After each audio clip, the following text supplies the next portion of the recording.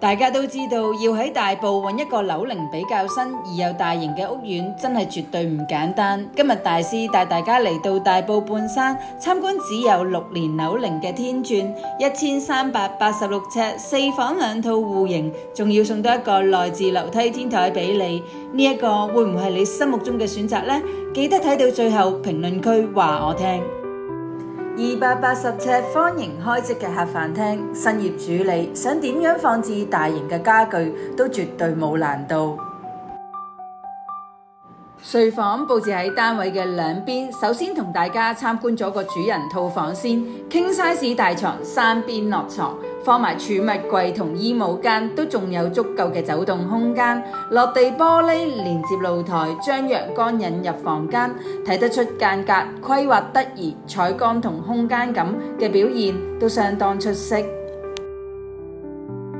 主人浴室連接住衣帽間，乾濕分離，名次嘅設計。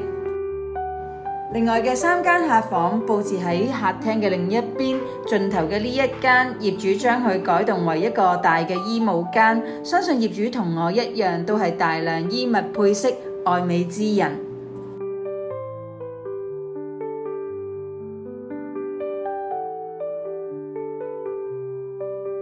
單位內2間細客房，業主將佢變為1間大嘅兒童睡房，整體光猛通透，無論學習定娛樂都非常合適。呢一個單位唔單止每一間睡房都係落地玻璃，採光十足，就連廚房都以大玻璃窗設計，喺度煮飯心情都唔同啲。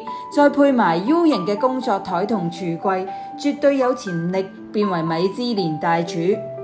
保姆間同樣唔失禮，上下床設計，2個保姆都冇問題。